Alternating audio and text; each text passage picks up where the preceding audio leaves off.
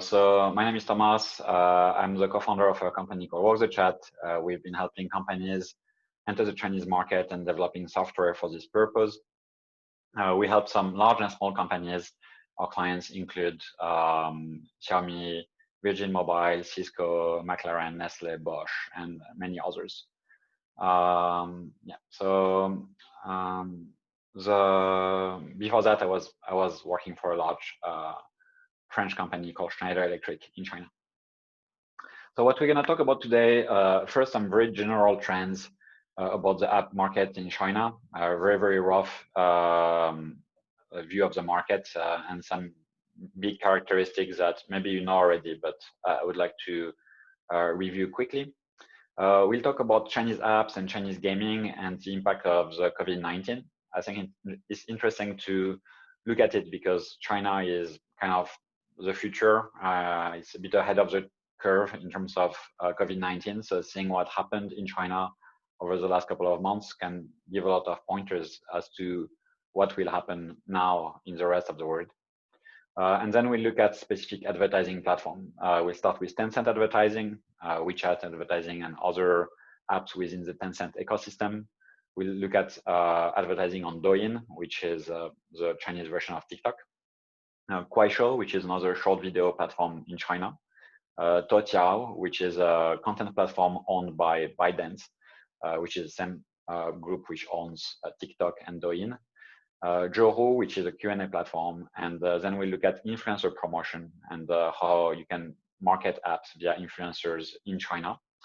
And then I will conclude, and that will be it. So feel free to drop the questions in the Q&A box as I move along. And if you have any problem with the audio or anything, please use the chat. So very quickly, as I said on the big trends, so China is obviously the biggest market for apps and gaming. It has almost 600 million gaming users as of 2019. So it's really massive.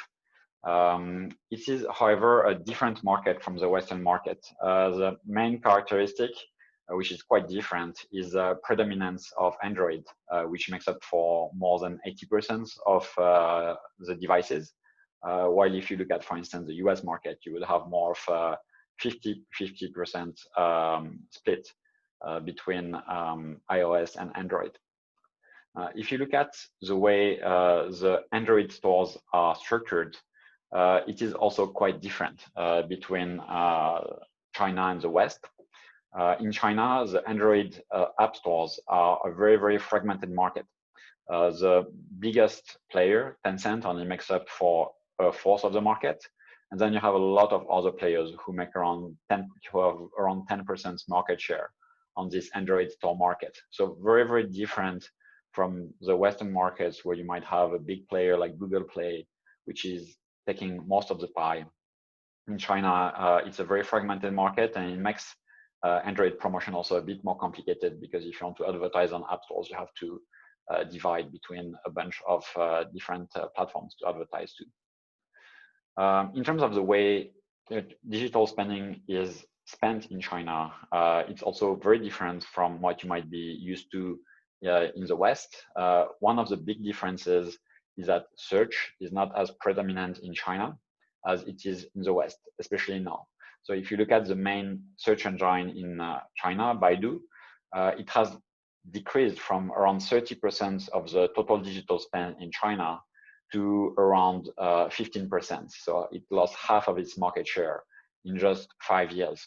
Alibaba is the biggest spend, the biggest place where people spend money for digital advertising. We're not gonna really talk about that today because Alibaba obviously is an e-commerce ecosystem, so not really relevant for app promotion, but we'll talk a lot about the other ones, in particular ByteDance, which I'm sure you know about because of TikTok, and which has grown in 5 years from 2% to 18% of the China digital spending advertising market. And Tencent, of course, which is actually decreasing in terms of ad spend right now, but which remains a very important player. And if you want to advertise in China, you can't do without looking into Tencent. So a bit more general outlook, looking at the COVID-19 situation in China. So obviously, China has been touched by the COVID-19 much earlier than other countries.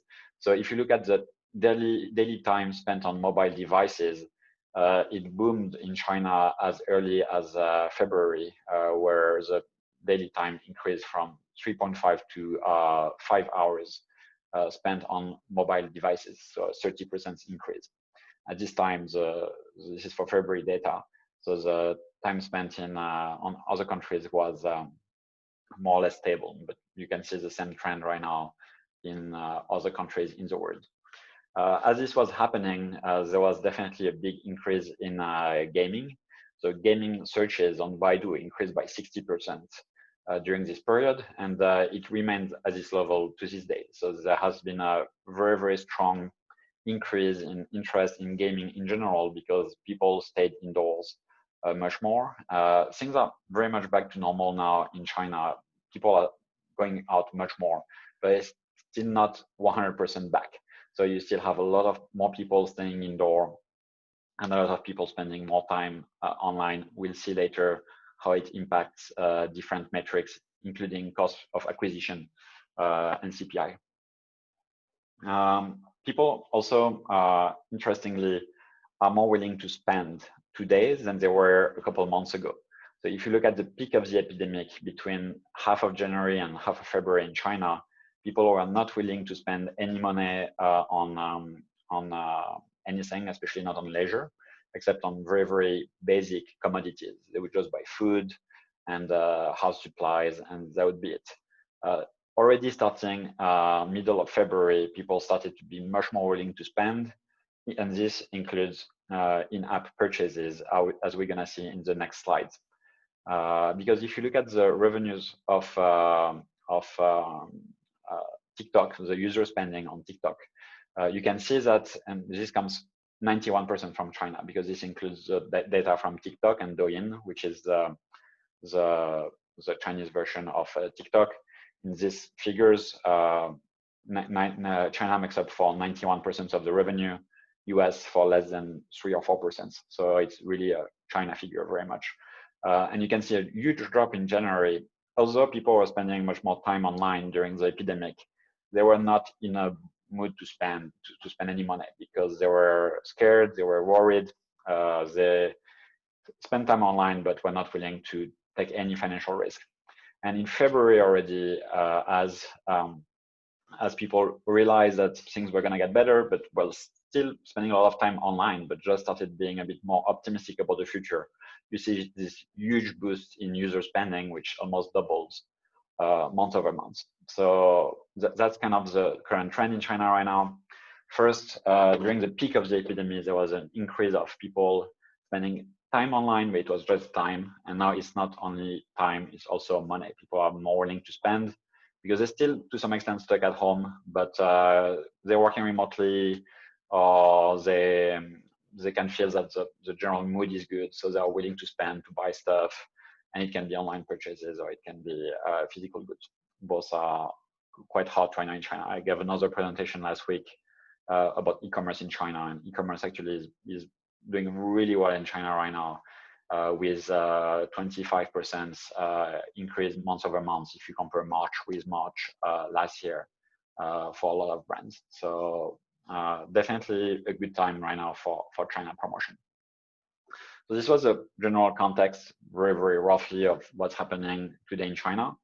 Of course, during this presentation today, I don't want to spend too much time talking about the general context. I just want to talk about, I mostly want to talk about examples of platforms where you can advertise. So this will focus heavily on social advertising because our company, this is a specialty of our company. So we don't do so much app store advertising, and this will be, so I will mostly talk about social. So Tencent operates a lot of apps in the Chinese market. The biggest one being WeChat. I talk extensively about WeChat, but Tencent also has a lot of other advertising products which are less famous, but which we'll see are actually much more efficient. One is QQ Video, which is one of the biggest video platforms in China, has around 25% market share. Tencent News is a very big news platform in China. And the Qzone is a social platform which was based on QQ. QQ was an earlier messaging platform from China, from Tencent. Before they launched WeChat, they dominated the messaging market via a platform called QQ. That's why the video platform is called QQ Video, and this social network is called Qzone. And it's not as big as WeChat, but it's still pretty big, and it's a much more affordable platform. But I'll start with WeChat, WeChat being the biggest app, to explain the pros and cons of doing marketing on WeChat for your app. So WeChat is, as I said, the largest digital platform in China today.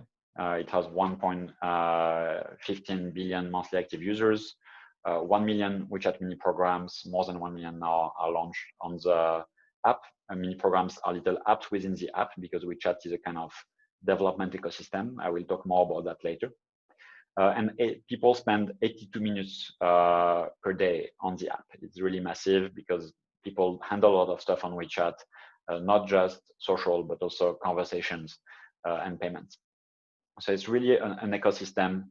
Brands can create WeChat official accounts to provide services and communicate with their followers. There is a big ecosystem of influencers, and WeChat also, of course, provides advertising services similar to Facebook ads you might buy. We'll talk more about that. WeChat, so as I said, it has three main sections. One is chat, very similar to Facebook Messenger or WhatsApp. People just talk with your friends, can talk into groups, can receive news from companies. And you have WeChat Moments, which is very similar to the Facebook timeline. So people share news, pictures about their life. And you have a part which is a bit more specific, which is the WeChat Wallet.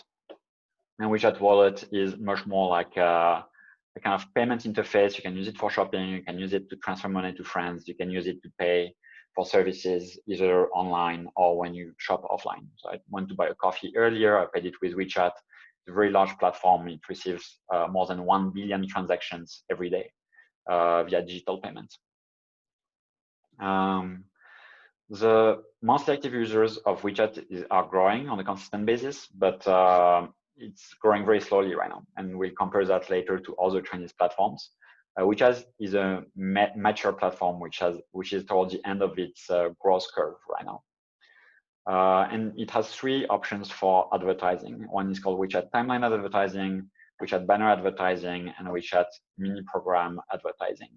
So very quickly, just to answer the question, the presentation will be sent around. I will share the platform with everyone. So you don't need to take screenshots of anything, and you will also have access to a recording of the station. So you can just focus on what's happening, and you don't need to record anything or screenshot anything because you will have access to everything. So as I said, three types of advertising on WeChat. So WeChat timeline advertising are very, very similar to the normal Facebook ads. They appear on the social timeline. You can link to an App Store link directly for game download. You cannot link to a website. If you want to take users to a website, you have to take them first to a landing page. And then inside this landing page, which is the middle screen of this slide, you can include action calls, and then you can take people to a website. You can, however, have a download now button for apps, but what will most often happen is that people will click into the landing page, which is inside WeChat. It's designed inside the WeChat advertising system.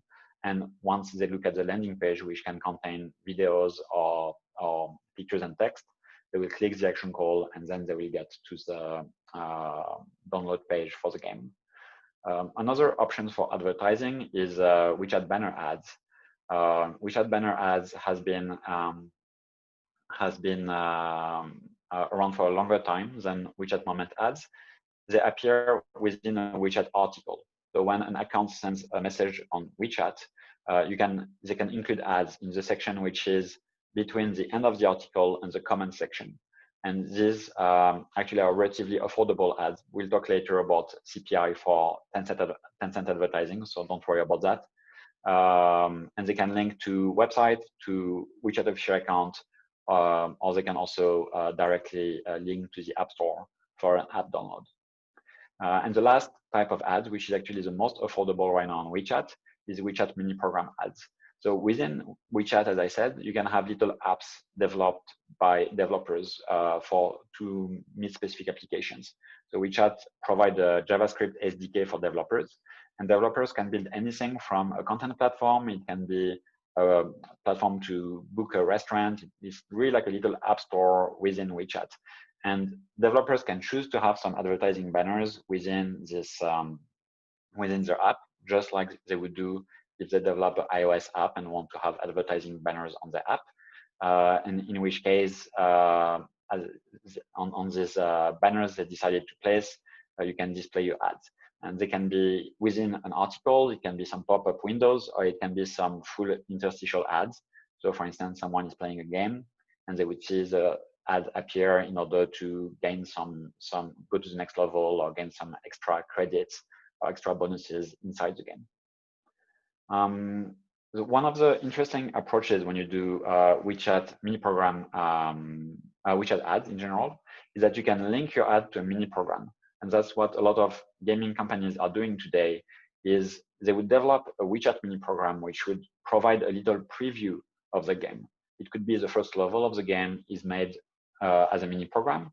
And when people click the ad, instead of being taken to the download page, they're being taken to the mini program and they can play the first level of the game directly within WeChat.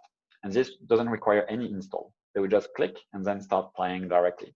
As they finish the first level, they also get a preview or get a feel of the game, are a bit hooked, then they would get invited to download the game on the App Store. And this can be very good to decrease CPI, increase the efficiency of ads, because of course, asking people to download games is always a bit of an expensive action to require. But if you give them a quick feel of the game, and it's kind of addictive, especially for casual games, within the ad, and they don't have to install anything, and then you have the action call to download, you can really increase your the efficiency and reduce your CPI. One of the impact of the COVID outbreak was also that the CPC in general for WeChat has been decreasing. For certain advertising formats, it was decreased by almost 300% because of the increase of traffic, which created some additional inventory for WeChat and made the overall ties in China. It can be good to include in your mix and to get the cheapest installs you can get from Tencent, but you would actually get a better return from Douyin advertising. So Douyin, as you might know, is the Chinese version of TikTok. TikTok belongs to a Chinese group called ByteDance. It has 400 million daily active users. 23% of them coming from tier 1 cities. So tier 1 cities are the largest cities in China, like Beijing, Shanghai, Shenzhen. So it's more affluent target base than some other apps such as Kuaishou.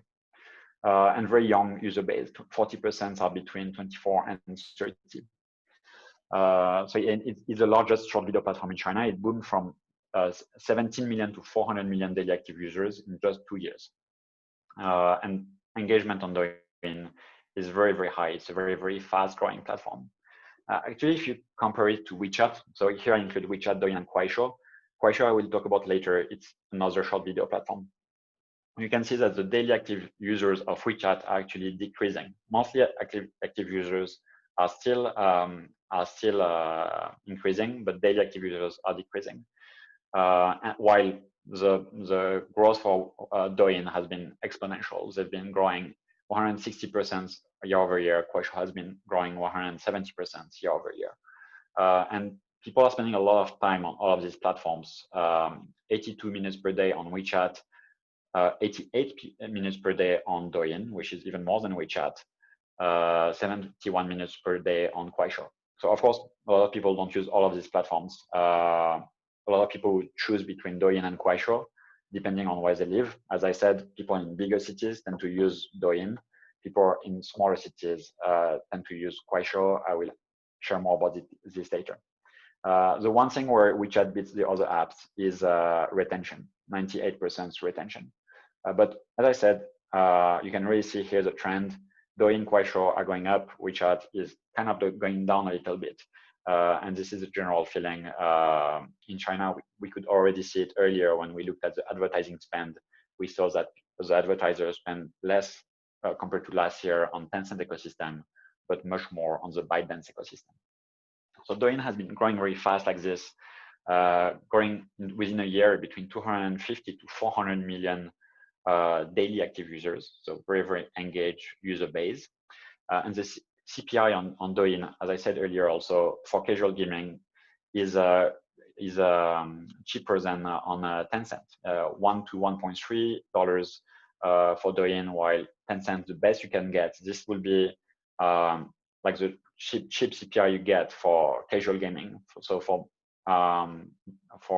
apps where the CPI tend to be as its lowest, would be 1.8 to 2.5. If the games get more complex, so for instance, you have complex games which are harder to sell the user because it's simply more complicated to understand, and it's a more complex game dynamic where you would be relying on some in-app purchases in order to generate revenue. Typically, the CPI even on Douyin can go up to around $4 US. So yeah, but still it remains. That being said, Douyin is actually not the cheapest option you have for China. You can go even cheaper. You can go for Kuaishou. So Kuaishou is another short video app in China. It is very, very similar to Douyin. You would be hard pressed to tell the difference between the two apps if you look at them side by side. On the left is Kuaishou, on the right is Douyin. Kuaishou very much copied the interface from Douyin. So yeah, very, very similar apps. It's a bit different in how you get there. Like Kuaishou offers more options than Douyin in terms of interface, but the main interface where people spend most of their time are quite similar. It's a massive platform, 300 million daily active users, as we said, 20 billion short videos uploaded to the platform. People spend more than 70 minutes per day on the app, 15 million user-generated content created per day, and 300 million daily likes, 15 billion video played every day. So really a massive platform which grew at a similar speed as Douyin, around 170% of growth year over year, grew from very quickly from 160 million daily active users in December 2018 to 300 million daily use in January 2020. So a booming platform.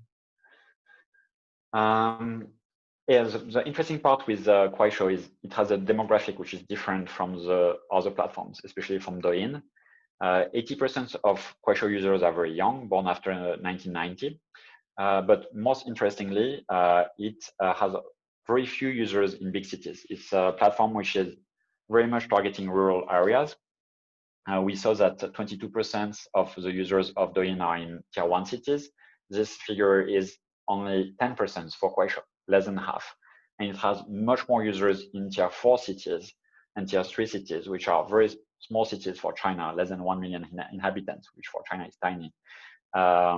And they make up for more than 50% of the Kuaishou user base. So it means that the people you're targeting with Kuaishou are not as likely don't have as much money as the people you would target on Douyin because they come from smaller, poorer areas. But the cost of acquisition is also going to be lower. So you have a few advertising options on Kuaishou. You have the discovery page, which is a main page with all of the videos where you can have an ad on the fifth video on the page. You can have inside the video a call to action. This is very similar to the type of advertising you have on Douyin or TikTok. Or you can have some banners which are displayed at different places of the interface when people see list of videos, look at specific sections. And the CPC for Kuaishou is going to be around 3 cents to 15 cents dollars. And the cost per installation can be as low as $0.3. So 0.3 to $3 depending on the type of games and the efficiency of the ads. So it's actually similar and even cheaper than Douyin, but once again, you're not reaching out the same kind of users.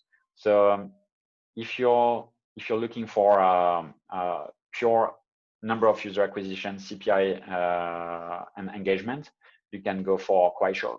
If you're looking for people who are going to spend on the app later, then you might be looking more into the direction of Douyin or Tencent, because these apps will actually get you a richer user base. So people are more able to spend money later on the application. If you're just looking for views and exposure and engagement, then Kuaishou is actually a very good platform. Another platform I want to bring up is a platform which is part of the ByteDance group. So it's owned by the same group which owns TikTok Douyin. It's Toutiao. So Toutiao is a similar CPI as Douyin. Usually when you do marketing on Toutiao, you use the same backend as when you do marketing on Douyin. It has 120 million daily active users. People spend 76 minutes per day on the app if they use it. And it's the #1 ranking news app in China. So it has a bit more diversity of content compared to other platforms. It has a main timeline, which can contain both articles and videos. It has a video timeline, which can contain long videos, more like your typical YouTube video. And it has short videos, which are similar to what you have on Douyin or Kuaishou. And you can provide a variety of ads formats. The most common by far is app downloads. So you have a lot of gaming advertising on Toutiao because it's a very cheap platform in terms of CPI. And it also has a very large male user base. Official website to links, or you can have kind of phone call consulting action calls, a bit similar to what you would have with Facebook lead advertising, where you would ask people to enter a phone number and contact information, so you would call them back. And in terms of ads placement, you're going to have some full screen splash ads. You're going to have some ads appearing in the feed when people scroll for articles or videos, and you're going to have some ads applying a bit like the WeChat banner ads we talked about earlier, which are going to appear within an article which is published on Toutiao. Another platform I want to bring up is Yahoo. So this is more niche, and there are a lot of such niche platforms in China, but I want to bring it up to show that if you do marketing in China, you don't want to just look at the big platforms. There are some smaller platforms which are more specific in their user base and which are interesting to look at. If you have specific user base you want to reach, you can reach out, and after the talk, and I'm happy to provide more information. So Yahoo is a Q&A platform which is has 180 million registered users, and it's very similar to Quora. It's a Q&A platform in China, and what's interesting about it is it has a older, mostly male user base, which is rare for Chinese social networks. Like a lot of Chinese social networks, if you look at their demographics, it's a lot of young girls. Platforms like Little Red Book and others are great to market cosmetic products, fashion products, but sometimes not easy if you want to reach a different demographic. If you look at Yahoo, you can see that almost 50% of the users are above 31 years old, which is really exceptional for a Chinese social app. The gender also is mostly male, and the things they're looking for is mostly new knowledge, professional expertise, experience, etc. So it's very interesting if you want to target an app which is either more focused toward highly older, highly educated people, Also, if you want to target a mostly male audience. So here you're in a very different space as we were earlier with Kuaishou. We are reaching a completely different audience. And the last thing I want to mention quickly is influencer promotion. So obviously, in general, influencer promotion is not as efficient if you look at solely CPI compared to other methods of advertising in China, but it's still very useful. You can do it in a way which is very efficient. So I'm gonna briefly talk about it.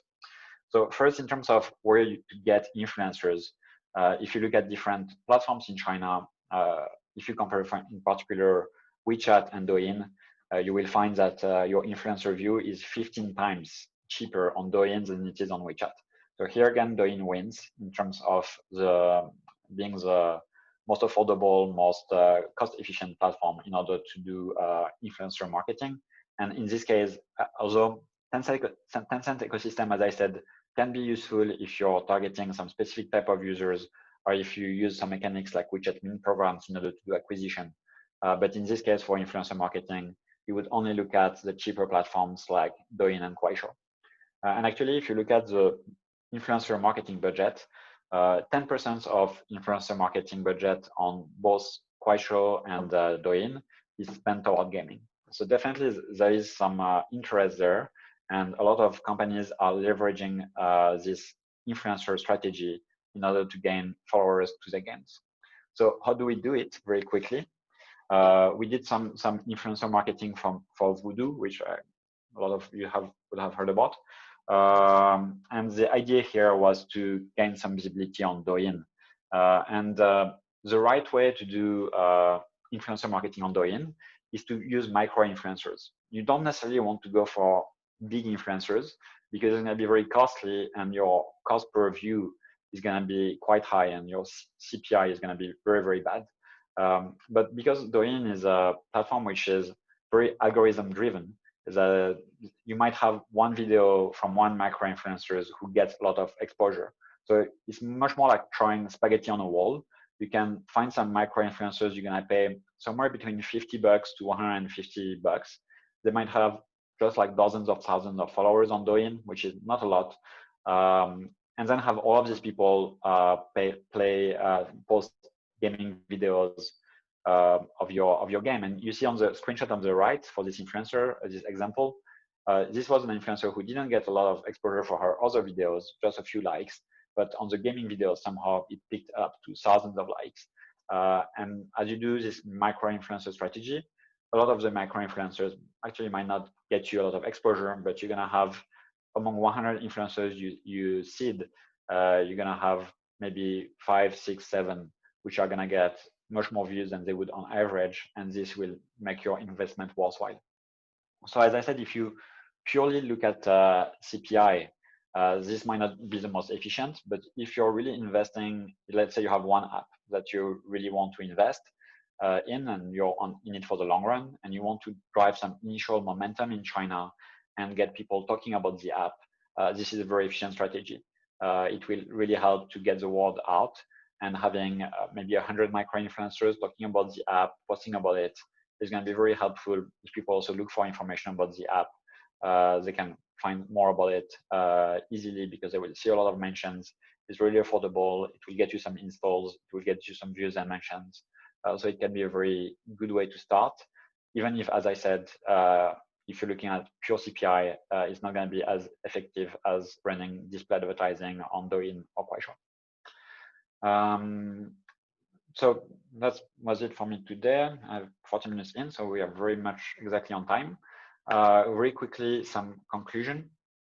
So the Chinese gaming market, as I said, is a very massive growing market, which is dominated by a very fragmented Android ecosystem. So something to keep in mind as you market there, and as to know that the listing process also is going to be more complex because you're going to have to list on a lot of Android app stores. COVID-19, as in other geographies, have heavily increased online engagement. And as I said, even now in these new phases of the epidemic, online engagement is still very high, but online spending is also picking up because people are not anxious about the virus anymore and are ready to spend. WeChat is a leading social network in China, but it is very expensive in terms of advertising network for gaming or apps. So I would not recommend it directly, except if you have a very, very complex strategy, which is leveraging WeChat mini programs, which will make it worthwhile. But in other cases, I would look at other networks. I will look at Tencent broader advertising network, Qzone, QQ Video, Tencent News, and the new platforms like Douyin, Toutiao, Kuaishou, which are going to be the best channels for you to promote in China if you're looking at mass market application. If your app is a bit more niche, then you might look at niche apps. So I gave as an example Johoo, which is a Q&A app if you want to reach more educated older users, but there are a lot of niches and a lot of small apps in China you can leverage. Feel free to reach out if you have questions. And micro-influencers are a very powerful way to give some initial momentum to a new app, especially doing some seeding on a large number of influencers. CPI, as I said, is not going to be as competitive as what you would have on display advertising, but if you have one app you're really trying to push on the market, then it's a very good way to start a first round of marketing combined with some CPI advertising. Also, if you're doing micro influencers, and if some of what you can do is reuse their content for ads, because some of this user-generated content from micro influencers you might find is actually high quality and has very high levels of engagement. And it can be a way actually to reuse the creatives. A lot of advertising videos in China are basically kind of gameplay videos or influencer style videos with a download button. So having a first round of micro influencer campaigns can be a perfect way to get some localized content created for you, test it right away, and then see what works and what doesn't, and then reuse this content for display advertising. So now I'm gonna take a breath of air and read the Q&A. Great, I'll help you fill. That was great, Thomas. Lots of positive comments. Someone saying this is the most useful, informative presentation so far. So, and that's from Dobramir. He's been on quite a few as well. So, yeah, lots of good comments, and yeah, some great data in there. I don't know if you had a previous career as a McKinsey analyst, but some of the graphs. I work for BCG. BCG, almost, yeah. Okay, so just as good. Some would say better. But I could tell there was definitely you know, a what's it called, MMB, McKinsey, Bain, MBB style there, and yeah, very good, very good. Your engagement manager would have been proud. It was amazing. Yeah, really good data in there. That was excellent. So okay, let's go into some questions. So someone's asking what's the sort of, I think you've covered what's the sort of typical CPI for some other sort of verticals like a travel app or hotel? Yeah, so travel app, I would say you would be more on the upper end of the CPI. On platforms like Douyin, you would be closer to something between $3 to $5, depending on how you market it and what are the specificities of the platform. But yeah, you can, I would say $3 to $5 would be quite common. What are the other questions? So a few questions, if you don't mind. There are a few questions where I think are important and I did not bring up at all in my presentation. In particular, one which is, do you need to set up a China business to advertise in China? That's a very good question. Actually, it depends on the platforms.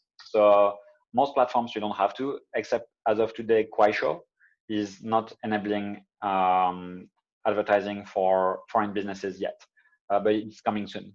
For the other platforms like Douyin, WeChat, Tencent Advertising Network, you can actually advertise with an international license. That's completely possible. It's a different team usually in each company which is dealing with international ads. But for Tencent and for TikTok, I mean ByteDance, Toutiao, Douyin, is possible, and you can advertise in mainland without having a local license. Someone's asking, what about the productivity vertical? What's the best platform for that? Have you had any experience working on apps in that vertical? Yeah, unfortunately not. I don't, but I think Joho will be very good for that Right. because of what we discussed. Joho is used by really in a professional context, and it still has very good CPI. So it will be really excellent for productivity apps. That's very clear. And is that one of the ones you can just get a business account on and start advertising? Or do you need an agency or a DSP or something? Yeah, you can have advertising on Joho, yeah. Right, right. Directly. If Anna's asking, what is the average CTR that's considered, what's a good benchmark, CTR benchmark for WeChat? It really depends on the type of advertising. Mm-hmm. So if you have WeChat moment ads, which appear directly on the timeline, you might have a CTR, which might be several percents. If you have WeChat banner ads, which are the bottom of this WeChat official accounts, the CTR might be really low. It might be a fraction of a percent, like a small, it might be less than 0.1% very often for this kind of ads. So really depend on the type of ads. Very often, these ads like banner ads or mini program ads can be paid via CPC, which is actually the best way to advertise on them if you want to minimize your cost per click, because the CTR can be extremely low. But if you run on a cost per click basis, you can get still pretty good performance, especially if you're trying to gain WeChat followers or things like that.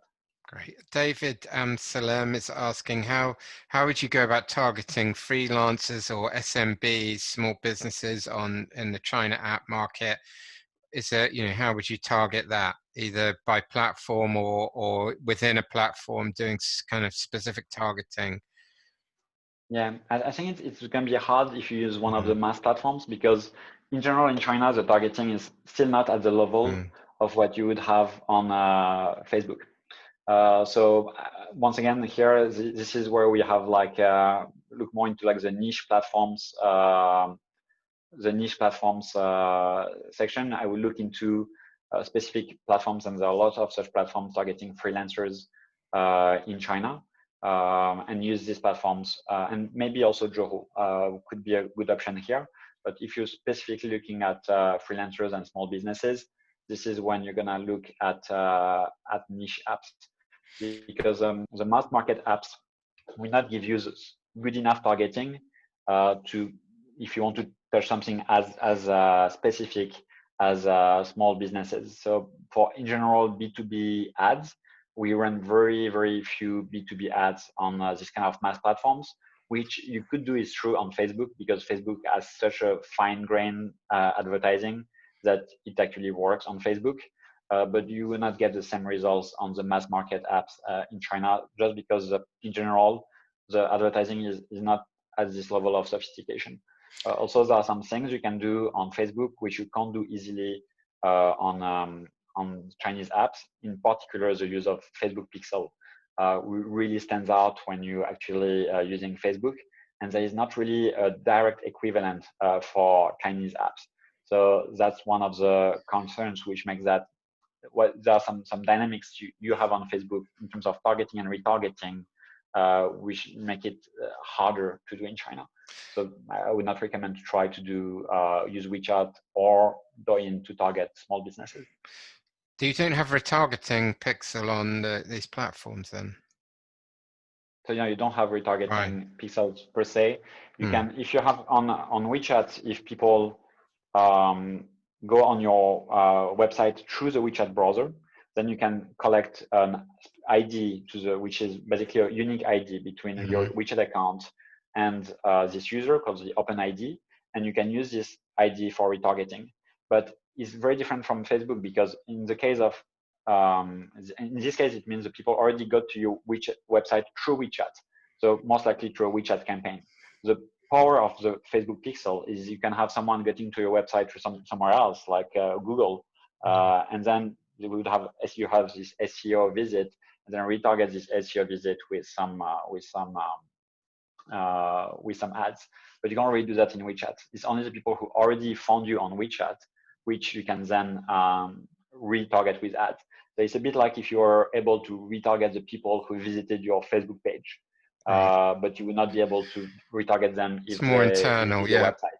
I'd love Yeah, exactly. to dive into that a bit more, but I suppose we've got to get through everyone else's questions instead of mine. So Yana is asking, what about security, fraud? You know, can you trust these platforms? You know, is it you know, is fraud a problem? Yeah, so product is very low on these platforms. Some other Chinese platforms really suffered from fraud, in particular Weibo, which I mentioned a few times briefly in this presentation, but I intentionally didn't cover it today because it has a very high rate of fraud and it makes it not such a good platform for advertising. WeChat and ByteDance, they are later more AI-driven platforms, and they've been quite intense about reducing fraud on the platform. So fraud is relatively low on this platform, I guess, on levels which are comparable to what you would have on Facebook. So of course it exists, right? But the platforms are really good at keeping it as low as possible. There are some people who are trying to create some robot views and such. But the ecosystem overall, especially for Tencent and ByteDance, is a relatively healthy ecosystem. If you look at Weibo, it would be a completely different story because Weibo is full of zombie accounts, zombie views, because they're just not doing such a good job at tracking that, and that has created a big industry which is striving and keep reinvesting into screwing Weibo. Got it. Martin Hodak, he's got a very specific question. Are you going to need an ISBN number from July in the Chinese Apple App Store? Do you know anything about that one? I'm not sure. Sorry, yeah, no, I No, don't. that's As a bit I said, technical. we in the beginning of the presentation, we are more Yeah, specialized in right. The the actual social promotion Chinese of apps. platforms. I thought we'd ask, what about CPIs and CPMs over time? How's that been changing? Richard's asking, has there been a flight to quality? So actually, CPI, CPM has not been increasing so much in Right. China. To a large extent, it's been decreasing because if you look at the history of advertising in China, WeChat ads used to be extremely high, especially it started with Moments ads, which had CPM, which were around 100 RMB, which is around $15. And then overall, they increased the inventory and CPM actually on WeChat started to decrease. And then new players like ByteDance, Kuaishou got in and offered even lower CPM. So there's not really a correlation between increasing CPM, which correlates with increasing quality of ads. Quality has been increasing, but cost also has been decreasing. So it's been interesting to see an ad market which is becoming healthier and healthier and more competitive for display ads. But when we do promotion for e-commerce clients, a lot of our promotion is still done via influencers because in terms of pure conversion for e-commerce, for instance, it still makes more sense for us to work with influencers than for display ads because on some platforms like WeChat, ads are still too expensive. For apps, it's different because you can have some very affordable CPM, CPI on Kuaishou and Douyin. It's just very hard to sell stuff, products directly on Kuaishou and Douyin. So that's why, yeah, for us, for apps, it does make sense to use these platforms for installs because you're not looking for a direct purchase. If you look for people to buy something directly, it's also hard to do so on Kuaishou and Douyin because that's not where people are for usually. They would be happy to install your app for free. If you are looking for a paid app, it's going to be harder to do it on platforms like Douyin, like Kuaishou, where people are a bit cheaper, quote unquote. This is a good question. Can you use the traditional kind of tracking partners, MMPs? So you can use your Apps Flyer and your Adjust and all these guys when you're working with these platforms? Yes, yeah, you can use most of the large ones. AppsFlyer has a presence in China, Yeah. so it's not going to be all of them, but a lot of these players have collaboration with the Chinese big groups. So especially if you're looking at ByteDance, at Tencent, in a lot of cases you'll be able to use your advertising tracker partner. Got it. And what about a payment app? Tasha's asking, where would you start if you're trying to promote a payment app? I'm just trying to scroll to get to, oh yeah. I think I think it would be really tough. It depends. Yeah, it depends if you have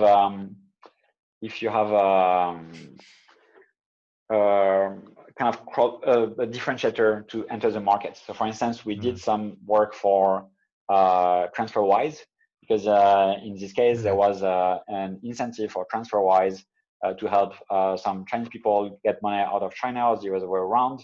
So there was this cross-border component for it. If you're just about payments, then I think it's very hard because the payment market in China is extremely competitive and already saturated.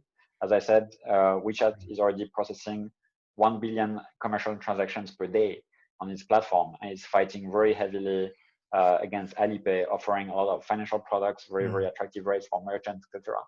So payment app per se is, I think, very hard to enter the market, except if you have something which really stands out. But overall, I would need to look more into the use case because I think it's not obvious. I think you should definitely. Have you got your contact details on screen here? Maybe you can paste them in as well, Thomas. Paste in your email to the chat, and then people can maybe contact you. Sure. Yeah. So yeah, my great. Email, Okay, this fine. So I think this is, if we don't get any, a couple more questions if we can before we finish. The micro influencers, is that done directly or via a sort of a network or agency normally? Yeah, so we use a network of agencies actually. Right. So usually you would use MCNs to help you source the micro influencers. So we work with like a dozen different MCNs, and depending on the different requests from our clients, we know that some of them are really good at targeting, for instance, gaming influencers, micro influencers. Some of them would be very good at for girls who would promote makeup products or fashion products. So depending on what is the target, we might go for one or the other. And this last question, I think, is interesting. So what have you seen in China after February? Our company has seen a big spike in Feb, same as usual, also really high return on ad spend. But we've also seen a conversion rate performance drop in March. Maybe that's economic driven. Should we, well, this is a bigger question. Should we expect to see the same pattern in Europe? So, but I guess you can't really answer that. But what is that something you've also seen? Like there was a spike in use, but then, you know, kind of, I don't know, has there been a bit of a lull or? Yeah, so as I said, I gave some other presentation also on e-commerce and the impact of coronavirus on e-commerce. So yeah, I'm pretty confident that in Europe, there will be a big boost in online spending, similar to what we have in China, both on e-commerce and on online spending on games, on apps. The reason for that is first, a lot of the offline traffic takes time to go back to normal. So people are spending more time in their house and more time online buying. And there's also a relief after the peak of the epidemic, which causes this peak. And especially so China and I think Europe will go through the peak relatively fast. My family actually are doctors in France. So they say they're already seeing the peak, at least in the south of France where they work. So I think it's gonna pass on a time scale which is similar to China. In the US, I'm much less confident because it's not very sure what is the trajectory of the epidemic in the US. It might last for much longer, and there is less social protection in the US than there is in Europe or China, which makes it that more people might be affected on the long run if they incur some debt and maybe run into financial issues. So without getting political at all, I just have more concern in terms of the US market, including when I look at my clients, that they might be affected on the long run. For Europe, I'm really optimistic about the fact that there will be a boost of consumption, which will follow the Chinese pattern. And what we saw in China was very clear, big drop during the first month and a half of consumption, but then starting the second month, big increase in e-commerce and online spending. And I think that could be very similar in Europe. Great. Okay, Thomas, I'd love to keep talking. That was a really great presentation. Thank you for dialing in from Beijing. Really My fascinating pleasure. insight. I'm sorry we couldn't get you to our nice 5-star hotel in London for this event, but glad you Next could time. do it virtually, and it was really great. Lots of good comments. If anyone wants to follow up with you, if they want to work with you, there's the details there. Yeah, We'll hopefully have a replay of this available as well shortly. So yeah, Thomas, that was great. I really hope we can get you back to either one of our events in maybe Berlin in December. Hopefully we'll be back in the lovely Hotel Adlon, and hopefully we can get you there, because that was great and really enjoyed that. And thank you. that'd be great. Thanks everyone. Thanks for Great. taking the time, and thanks for bearing with my French accent No, for an hour. I know it's not always easy. it's a good, very clear accent. And we've got loads of other stuff going on this week, stuff on Apple search ads, stuff on automation. And later today, we're going to be doing some App Store marketing, ASO stuff. The guys from Fitcher, they're the real thought leaders in the space. You should definitely check that out. I think that's at 1. So see you later for that. All right. Thanks, everyone. Thanks everyone. Bye bye.